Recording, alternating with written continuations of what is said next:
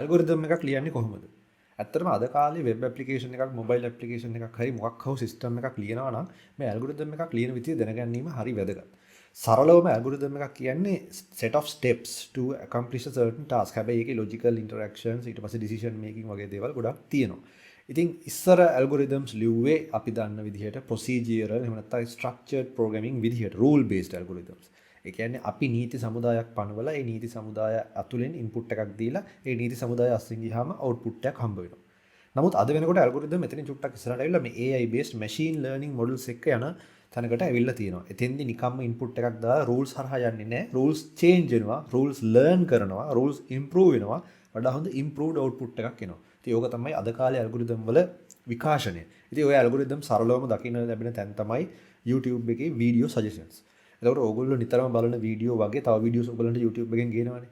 ඒ වගේම ඔයගොල්ලන්ගේ යාළුවෝ වැඩිපුර කියන්නේ ඒ ජියෝග්‍රැෆික් ලංකාව කියලා ලංකාව කියන ජියෝග්‍රැෆික් ඒරියා එකේ වැඩිපුර මිනිස්සු බලන වීඩියෝස් උත් ඉඳ හිට ඔයගොල්ලන්ට සජෙස්ට් වෙනවා නේ. හැබැයි ඒක ඇමරිකාවේ වැඩිපුර මිනිස්සු බලන වීඩියෝස් අපිට සජෙස්ට් වෙන්නේ නැහැ නේ. ඒකට හේතුව තමයි අපි වගේ personas identify කරන. ඒ කියන්නේ අපි වගේ වෙන අය බලන ඒවාත් අපිට සජෙස්ට් වෙනවා. ඒතර මේ වගේ මේක සරලම උදාහරණයක් මම කිව්වේ ඒ වගේම තමයි Facebook එකේ news feed එකේ වගේම තමයි Instagram එකේ images TikTok එකේ videos suggest වෙන්නේ article right site එකට ගියත් articles මොනවද අපිට කියවන්න ඕනේ කියලා උඩටම pop වෙන්නේ මෙන්න මේ algorithms නිසා. මොකද හිතන්නකෝ මෙහෙම අපි Fiverr ගමුකෝ උදාහරණයකට. දැන් Fiverr algorithm එක ගැන හැමෝම කතා කරනවානේ. ඒතර Fiverr එකේ මුල් කාලේ අපි හිතමු ඉන්නේ suppliersලා කියන්නේ freelancersලා 100ක් විතර.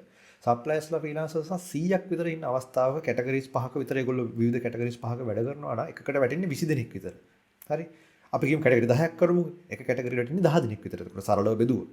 එතකොට කවුරු හරි කස්ටමර් කෙනෙක් Fiverr එකේ යම්කිසි කැටගරි එකක අපි හිතමු graphic design කියලා. graphic design කැටගරියට ඇවිල්ලා යාට සර්විස් එකක් ගන්න ඕන නම් ඒකේ ඉන්නේ 10 දෙනානේ. single page එකේ ඔක්කොම 10 දෙනාම පෙන්නනවා නේ. ඒතකොට කිසි ප්‍රශ්නයක් නැහැ. යාට 10 දෙනාගෙන් තෝරගන්න පුළුවන්. ප්‍රශ්නේ එන්නේ ඔය 10 දෙනා 100ක් 1000ක් ලක්ෂයක් මිලියනයක් වුණාම. දැන් මම හිතන්නේ Fiverr එකේ මිලියන ගාණක් ඉන්නවා. එතකොට මොන 10ද මුලින් පෙන්නන්නේ? මෙන්න මේක තමයි වැදගත්. මෙන්න මේක තීරණය කරන එක ලේසි වැඩක් නෙමෙයි. මොන 10ද මුලින් පෙන්වන්නේ කියලා. හැමදාම එකම 10 පෙන්නුවොත් මොකද වෙන්නේ? අනිත් අයට අසාධාරණයක් වෙනවා. අලුතෙන් එන කෙනෙකුට කවදාවත් ගොඩ යාමක් නැහැ. ඒත් එහෙම වෙන්නේ නැහැනේ. අලුතෙන් එන කෙනෙක් ගොඩ යනවා. ඉතින් දැන් ඇත්තටම platforms අතරේ තියෙන්නේ කෝඩින් වල තරංගයක්වත් ඒ කියන්නේ ඒකේ ඩිසයින් එකේ තරංගයක්වත් නෙමෙයි. ඇත්තටම කියන්නේ UI UX පැත්ත ඒවා අත්‍යවශ්‍යයි. ඒවා මම නැහැ කියන්නේ ඒවා මුල ඒ කියන්නේ ඇවිල්ලා මේ වැඩේ කරගන්න පුළුවන් වෙන්න ලස්සන හිත අද ගන්න අසුළු ඩිසයින් එකක් හොඳ user workflow එකක් මේ ඔක්කොම වැදගත්. නමුත් ඒවා achieve කරාට පස්සේ ඕනෑම platform එක long term සාර්ථකත්වය රඳා පවතින්නේ algorithms මත. අපේ algorithm එක කොච්චර හොඳයිද කියන එක මත තමයි ඔයගොල්ලන් අනිත් platform එක compete කරන විදිය global number 1 වෙන්න මේ algorithms හරිම වැදගත්. ඉතින් තේරෙනවද TikTok algorithm එක දැන් ගොඩාක් අනිත් කට්ටිය ඊර්ෂ්‍යාවට භාජනය වෙලා තියෙන algorithm එකක්. ඒකත් ළඟදී ගොඩක් updates වගේ ගියා. එතකොට දැන් ආපහු video views වලට ටිකක් අර ඕනම දෙයක් කළා video views ගන්න පුළුවන් තත්ත්වෙ තිබ්බ තත්ත්වෙ දැන් TikTok වල නැහැ. දැන් ටිකක් ඒක narrow down වෙලා තියෙනවා. පොඩක් quality එක බලනවා ඒගොල්ලෝ දැන්. ඉතින් මෙන්න මේ වගේ reasons ගොඩක් හින්දා මේ algorithms ගැන ඉගෙන ගන්න එක මාර වැදගත්. ඉතින් මම algorithms ගැන series එකක් ගේනවා මේ channel එකේ. ඉතින් ඔයගලන්ට පුළුවන් subscribe කරන්න දැම්ම subscribe කරලා ඉගෙන ගන්න. ඒ වගේම මේකට additional knowledge ගොඩාක් අවශ්‍යයි. මට හැමදේම මේ YouTube channel එකේ උගන්වන්න හම්බ වෙන්නේ නැහැ. නමුත් මම අවශ්‍ය කරන guidance එක දෙන්නම්. ඉගෙන ගන්න ඕනේ මොනවද, බලන්න ඕනේ මොනවද, කොහොමද මේවා කරන්න කියන එක උදාහරණ නැතුව සමහර අවස්ථාවලදී මට දෙන්න පුළුවන්. නමුත් එතනින් එහාට ඔයගොල්ලෝ ඇත්තට මේක technically කරන විදිය, technical knowledge ඔක්කොම අවශ්‍ය නම් මම ඔයගලන්ට ඒ අවස්ථාවවලදී ඉන්ටර්නෙට් එකේ තියෙන අනෙක් resources මම ඔයගලන්ට දෙන්නම් මේවා ගිහිල්ලා අධ්‍යයනය කරන්න කියලා. එහෙනම් අද සරලවම algorithm එකක් ගැන අපි කතා කරමු. මම ඇත්තට මෙතන කතා කරන්න යන්නේ article recommendation algorithm එකක් ගැන. මේකට මේ article වලට විතරක් නෙමෙයි මේක ඕනනම් ඔයාලට apply කරන්න පුළුවන් e-commerce website එකට product suggestions වලටත්. ඉතින් මේ සාමාන්‍යයෙන් algorithm එකක් ගත්තාම මේකේ අපිට steps 8කට 9කට විතර මේ algorithm එක හදන process එක කඩා ගන්න ඕනේ. ඉතින් මේක software engineers ලටද මම මේ කතා කරන්න කියලා කාට හරි ප්‍රශ්නයක් තියෙනවා නම් එහෙමම නෑ. මේක ඇත්තටම product designer කෙනෙකුටත් වැදගත්. ඒ කියන්නේ කොටින් project manager කෙනෙකුටත් වැදගත්. මොකද customer ට මේක explain කරගන්න ඕගොල්ලෝ දැනගන්න එපා.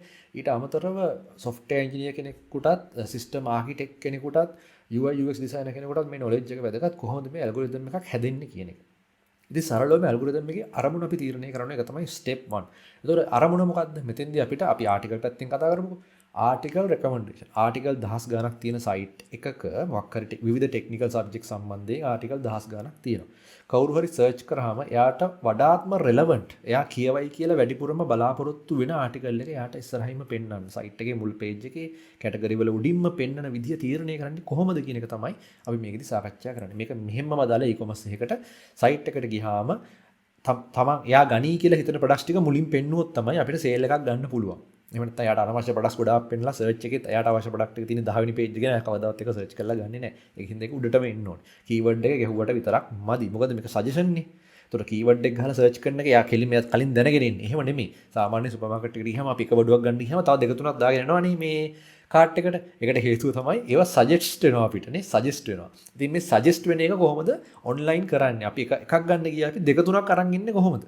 එක බඩුවක් ගන්න ගියාම බඩු දෙක තුනක් අරන් ඉන්නේ කොහොමද කියන එක තමයි මෙතන හිතන්න ඕනේ. ඉතින් ඒක කොහොමද කරන්න කියන එක ගැන මම දැන් විස්තර කරන්න.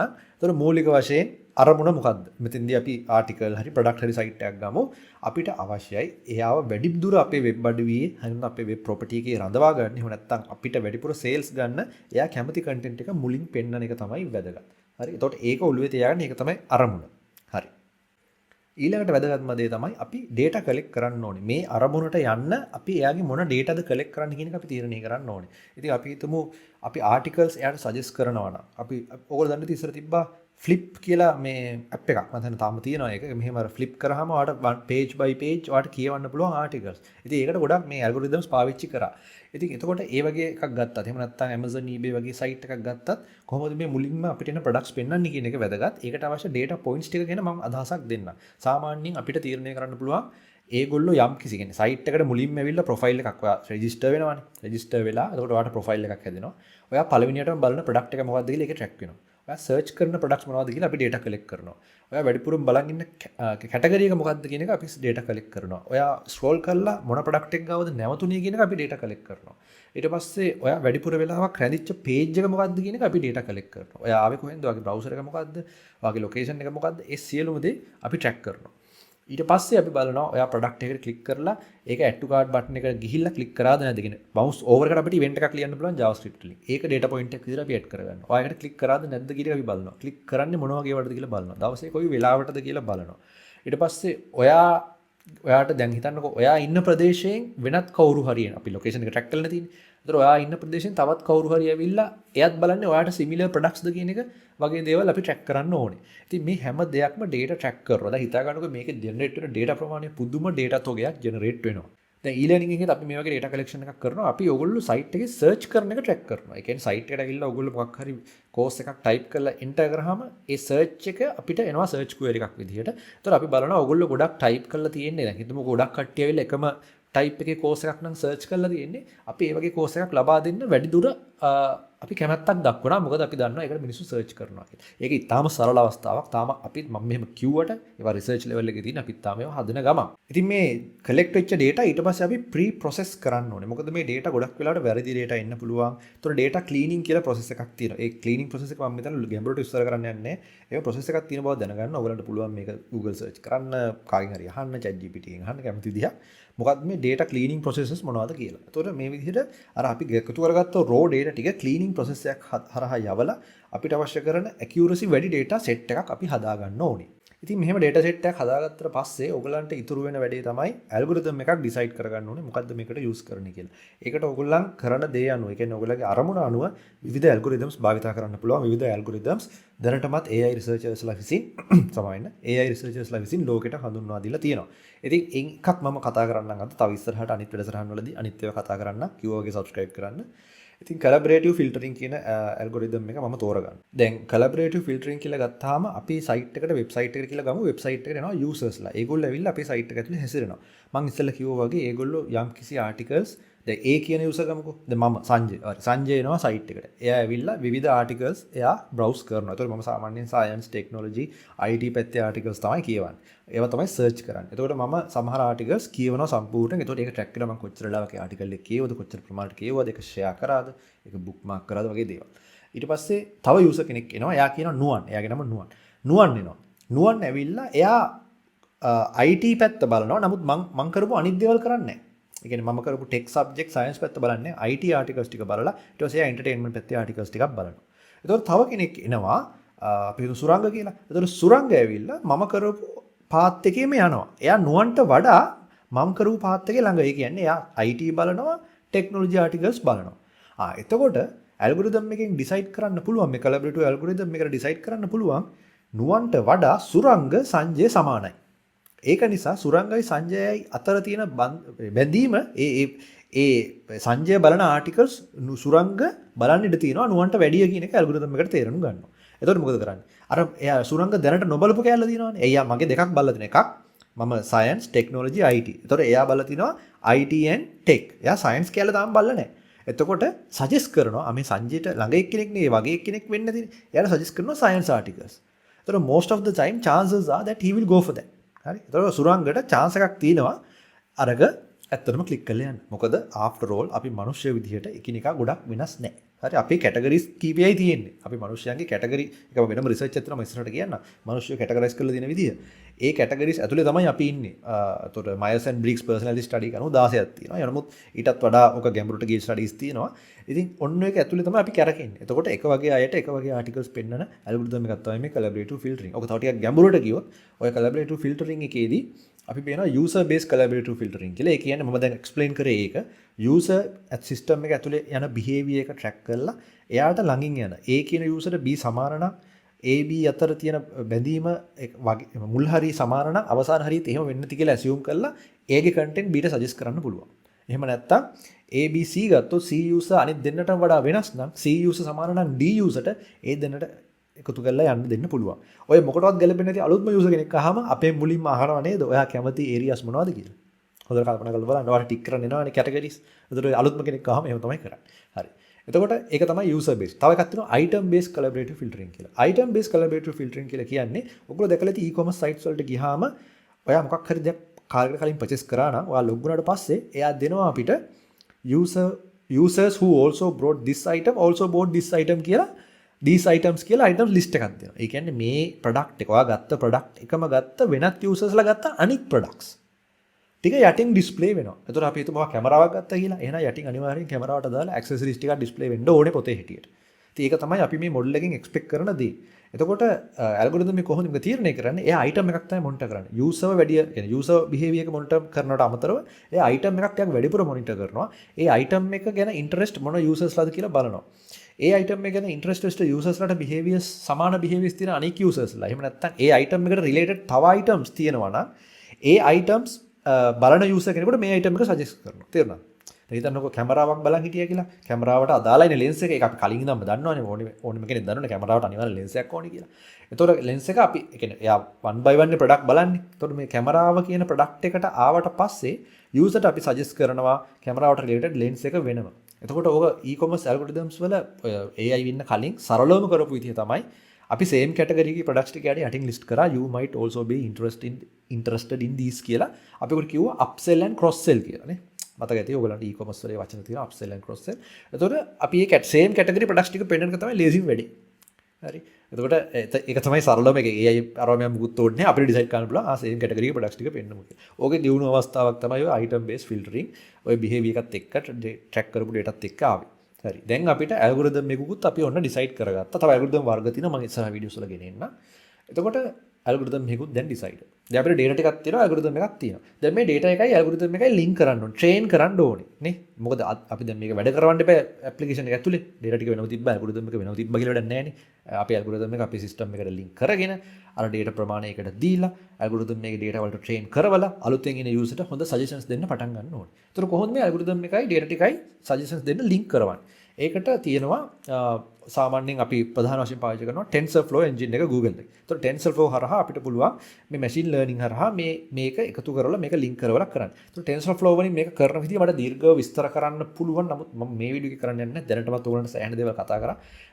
ඉස්සරහට මේ වීඩියෝ එක ගොඩක් කට්ටිය බලලා මේකට thumbs up එකක් දාලා මේ subscribe කරොත් මම අනිවාර්යෙන් මේකත් කියලා දෙන්නම්. ඒක TensorFlow වලට අමතරව තව Python based open source platforms තියෙනවා, open source engines තියෙනවා අපිට මේ data train කරවන්න. හරි. දැන් මේක data train කරාට පස්සේ අපිට මේ data වලට test කරන්න ඕනේ හරි output එක එනවද කියලා. ඒ කියන්නේ data train කරද්දී ගොඩක් වෙලාවට ඒ algorithm එක අනුව අපිට පුළුවන් train කරගෙන අපි බලාපොරොත්තු වෙන output එක එනවද නැද්ද කියලා test කරන්න. එතකොට අපි බලාපොරොත්තු වෙන්නේ නැති ගහම no කියනවා. බලාපොරොත්තු වෙච්ච ගහම okay කියනවා. අපි හිතමුකෝ අපි product එකක් suggest කරනවා. product එකක් suggest කරාම algorithm එකට එයාමට තව product එකක් හරි මොකක් හරි entry එකක් දෙනවා නම් article එකක් දෙනවා නම් අපි බලාපොරොත්තු වෙන විදිහේ ඒ category එකෙන්ම අපි interest වෙන විදිහේ article එකක් අපිට හම්බ වෙනවා නම් අපි කියනවා ඔව් කියලා. දැන් ඔයගොල්ලෝ Google වල search කරාම අහන්නේ was this search helpful to you? එහෙම නැත්නම් chat GPT වල ඔයගොල්ලෝ වැඩ කරලා තියෙනවා නම් අහන්නේ ඔයාගේ අපි දුන්න ආන්සර් එක ගැන satisfied ද කියලා හරියද? ඒක තමයි. එතකොට ඒක අපි දැම්මහම ඒක එයා මාක් කරගන්නවා හරි එකක්. එහෙනම් මේක දිගටම අපි ඉස්සරහට සජෙස්ට් කරනවා. එතකොට හොඳ ටික අපි humans ටිකක් එකතු වෙලා මේ data set එක train කරවන්න ඕනේ මේ විදිහට algorithm එක. හරි? ඒක දැන් අතරම පේනවනේ මේ AI හැදෙන්නේ කොහොමද කියලා. AI කියලා මේ මහා ලොකු පුදුමේ දෙයක් නෑ. මේක අපිම හදන දෙයක්. එතකොට මේ අපිට වැරදුනොත් අපි bad inputs දුන්නොත් AI එකට කෙල වෙනවා. හරි? දැන් chat GPT වලත් ඒ issue එක තියෙනවා. මේ වැරදි information, false information දෙනවා. ඉතින් ඒක නවත්තන්න ඒගොල්ලෝ කටයුතු කරනවා. නමුත් අපිට පුළුවන් ඇත්තටම AI එකක් manipulate කරන්න data training එකේදී. ඊට පස්සේ training එකදී දැන් ඔන්න දැන් train කරා. ඊට පස්සේ යම් කිසි තැනකට අපි satisfied. හරි අපි results 15000ක් train කරා. scenarios 15000කට මේක train deploy කරන්න කලින් as is the case with any software system we have to test it. එතකොට කොහොමද test කරන්නේ? again අපි maybe alpha test beta test users ටිකකට ගෙනහල්ලා ඒගොල්ලන්ට මේක deploy කරනවා. ඒගොල්ලන්ට හරි උත්තරේ නැවත බලන්න. ඒ කියන්නේ ඒගොල්ලෝ වැඩිපුර ප්‍රමාණයක් අපේ අරමුණ ඉෂ්ට කරයිද කියන එක. මොකද අරමුණ වැඩිපුර ප්‍රමාණයක් අපේ website එකේ ඉඳලා වැඩිපුර ප්‍රමාණයක් article කියවන එක. එහෙම නැත්නම් අපේ products වැඩිපුර කියවන එක. එතකොට මේ අරමුණ ඉෂ්ට වෙනවද කියන අපි test කරන්න ඕනේ. හරියට product suggest වෙනවද? හරියට article suggest වෙනවද? ඒගොල්ලන්ගේ data හරියට track වෙනවද? මේ සම්පූර්ණ process එකම test කරලා අපිට පුළුවන් මේක deploy කරන්න. deploy කරාට පස්සේ මේක යන්න එයා self learn කරන්න පුළුවන් අර engines එක්ක. ඉතින් ඒවට වෙනම algorithms තියෙනවා. මේක entire new subject area එකක්. ඉතින් ඔයාලට කැමති නම් practically පොඩි data set එකකට කොහොමද මේ algorithm එක train කරවන්නේ කියන එක. algorithm එකක් කොහොමද පොඩි data set එකකට train කරවන්නේ කියන එක මෙන්න මේ පාඨමාලාව අපේ e-learning.lk එකේ තියෙනවා. ඉතින් මේක කැමති අයට ලබා ගන්න පුළුවන්. ඉතාලම අඩු මුදලකට ලබා දෙන්නේ මේ දැනුම ඔයගලන්ට මේ වගේ දැනුමක් ඔයගලන්ට වෙන කොහෙවත් හම්බෙන්නේ නැහැ. සිංහලෙන් වෙන කොහෙවත් හම්බෙන්නේ නැහැ. ඉතින් මේ chance එක ගන්න. එතකොට මේ වීඩියෝ එක බලන ඔයගලන්ට විශේෂ ඔෆර් එකක්. ඔය දැන් තියෙන්නේ දිස් වෙන්නේ ඒක. ඉතින් ඔයගොල්ලෝ ඒක ගත්තොත් ඔයගලන්ට පුළුවන් කොහොමද data set එකක් අරගෙන ඒක algorithm එක train කරලා අවශ්‍ය උත්තරේ ගන්න වගේ සම්පූර්ණ පොඩි machine learning පැත්තට ඔයගලන්ව යොමු කරන්න සහ මූලික අවබෝධය ලබා දෙන technical course එකක් තමයි මේක. හොඳයි. දැන් අපි නැවත මාතෘකාවට එමු. එතකොට මේකේ අපි කතා නොකරපු දේවල් තියෙනවා. අපි කොහොමද TensorFlow ඒ වගේම ඔය අනිත් තියෙන Python based libraries use කරලා කොහොමද මේක කරන්නේ? ඊට අමතරව මම මේ ටෙක්නිකල් දේවල් කරන්න යන්නේ නැහැ. හොඳේ මම ඔයගලන්ට කරන විදිය තමයි කියන්නේ. ඊට පස්සේ collaborative filtering වලට අමතරව තව මොන වගේ algorithms ද අපිට use කරන්න පුළුවන්. ඊට පස්සේ මේක article size product site වලින් එහාට ගිහිල්ලා video suggestions ඒ වගේ අනිත් sites වලට කතා කරනකොට කොහොමද මේක වෙනස් වෙන්නේ. ඉතින් මේ වගේ දේවල් ගොඩාක් ගැන අපිට ඉස්සරහට කතා කරන්න තියෙනවා. අදම channel එක subscribe කරන්න මම හිතනවා මේ වීඩියෝ එක ඔයගලන්ට helpful වෙන්නද කියලා algorithms ගැන යම් idea එකක් ගන්න.